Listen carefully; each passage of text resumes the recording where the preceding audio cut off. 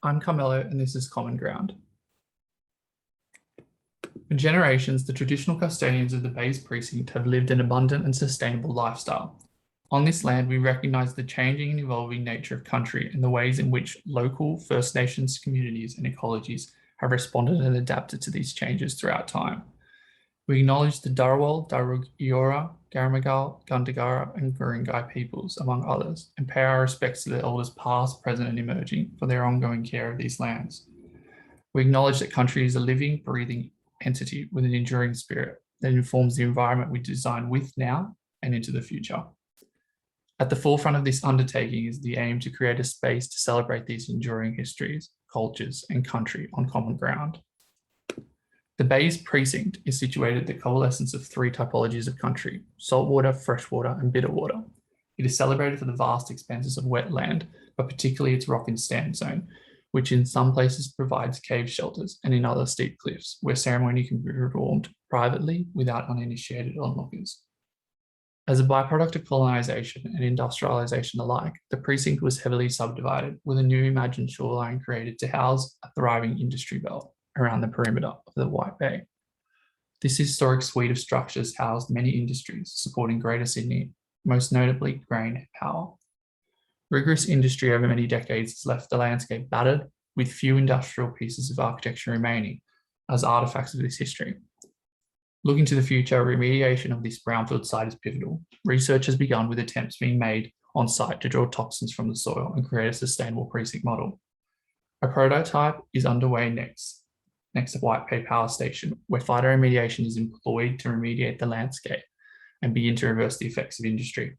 By adaptively reusing assets for the cause of remediation, the aim is to celebrate these two competing histories of the site. By mapping the existing landscape conditions pre-1788, a number of typologies and features are established to begin to establish a strategy for the formation and recontouring of the site landscape, rewilding and returning a natural wetland. A number of local species of flora, as well as successful phytoremediation plants tested on site, were also outlined to be used within the design. In a similar manner, the mapping of the landscape conditions during the period of industrialisation identifies a number of landscapes and architectural features to be celebrated or reformed. Here, the forms of many existing industrial structures were extrapolated and categorised by their functions, creating a language to inform the overarching form of the design. 4 key master planning moves were established through these studies: remembering country, allowing the landscape to begin healing; the design houses phytoremediation research and development as an ancillary program, as well as vertical farming facilities; retaining and reusing industrial assets through the process of healing the existing natural landscape and respecting the history of the silos via adaptive reuse. The histories of both Indigenous and Australian cultures are respected, the platform representing a new reconciled piece of history moving into the future.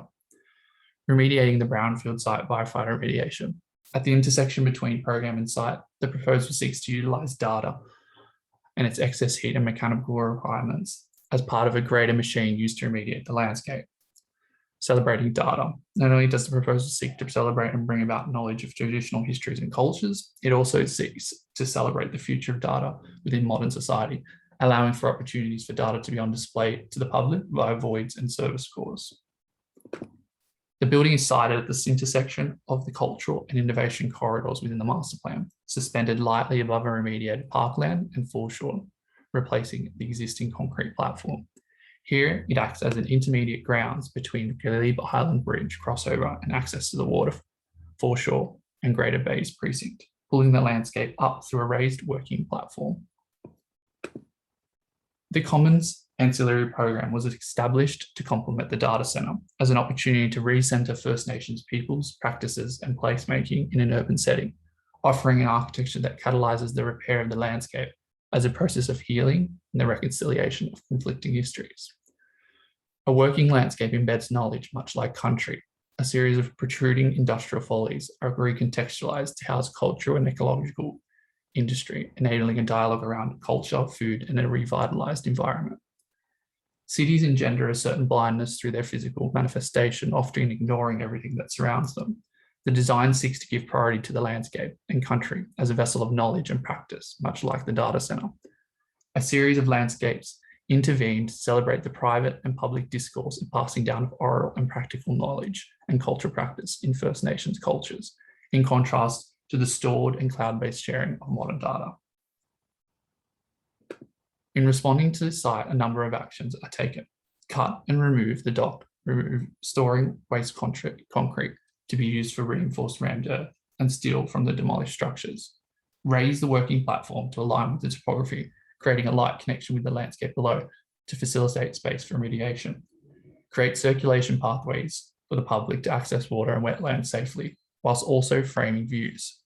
Strategically scraping away and radically unearthing the soilscape, the enclave is reclaimed for public space and production in the city today. Taking cues from industrial history, a series of reimagined pavilions house land and water care functions. This is catalyzed into the form displayed below. A lightly framed platform pulling in the landscape and wetland up and around its immediate context. A number of pavilions and character spaces are established to house an intersection of the landscape established earlier, with data ancillary functions and landscape functions all integrated. The Land Hub is an education hub housing phytoremediation research, a working on-country rangers hub. It also features a cabinets exhibition and gathering space for flexible use, intended for sharing traditional ceremony practices and story, as well as First Nation exhibition and art. This is surrounded by intertidal mudflats and mangroves replanted around the shoreline. The Hill Pavilion houses a therapeutic meadow to act as a healing landscape and parkland, as well as a dedicated data center hall that stores knowledge learnt within the pavilions, powering the functions above. A salt marsh surrounds with a series of phytoremediated grasses and planting grown on site. The Central Commons combines a water plaza and central amphitheatre to create an occupiable cliff face that provides access to the water. Rock pools greet the pedestrian at the base of the amphitheatre, acting as retention ponds. The service cores that pierce the platform also offer an insight into the functional aspects of the data machine.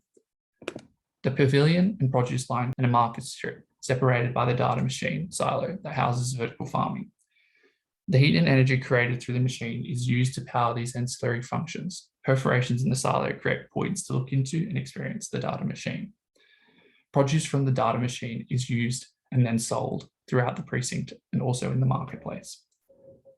Finally, the Bardu Pavilion offers desalination and water transportation functions, harvesting salt water to be transferred into the silos and distributed amongst the design for vertical farming and remediation purposes. The base of the stepped amphitheatre also houses a microhabitat for local marine life, including fish, oysters, and algae, where natural fertilizer is harvested for the vertical farming. The design responds to site in a unique way by capturing and celebrating unique colonial and Indigenous histories on common ground. A layered approach and hierarchy of materials, forms, and practices provides a diverse and ever-changing design that frames its surroundings and activities within.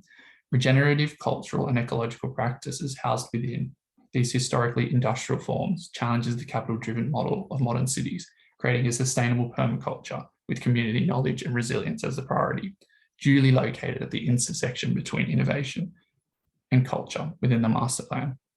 The facade acts as a framing device to capture the ever-changing nature of the city skyline over the span of the building. Being a suspended platform, it also allows for a panoramic view of the precinct, providing a podium to watch the day go by. The facilitation of cultural practice within the pavilions, whether this is active caring for country as well as the exchange of knowledge, provides a continuum of traditional practices and custodianship from past, present, and future. Transparency and perforations in the facade, as well as aging materials like coltan, creates a dynamic skin to the building.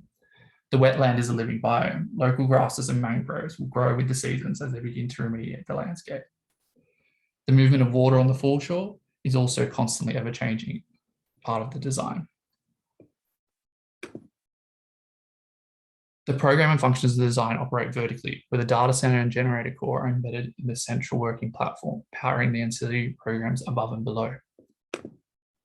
Services are stacked vertically within the design, where the service cores display and celebrate the mechanical and moving services within the silo machine, distributing them amongst the various processes and pavilions.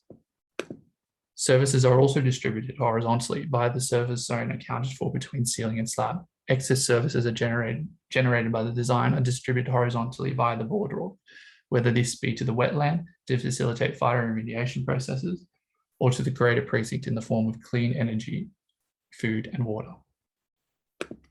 Here, the rooftop plan shows the integration of landscape, industrial pavilions, and platform into the distinct character spaces. The first level and platform houses the data center functions and plans. It is a working filter of the design, with voids allowing visitors to the design to see a unique glimpse into the movement of services and spaces, as well as the data center. You enter the building via the boardwalk, scaling up the stepped amphitheatre to experience the three unique landscapes within the one zone: the remediated wetland, the working platform, and the rooftop urban parkland.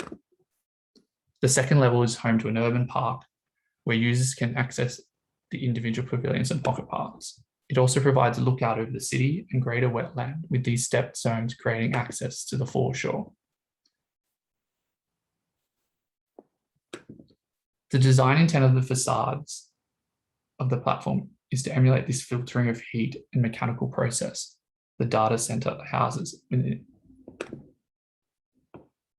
Through the use of aging and growing materials and a double facade, the process of filtering and growing is captured, whilst the structure creates the illusion that the design touches the earth lightly, suspended lightly over the landscape. Neither can survive by itself. Technology and ecology are meant to work together. This has been Common Ground. Thank you.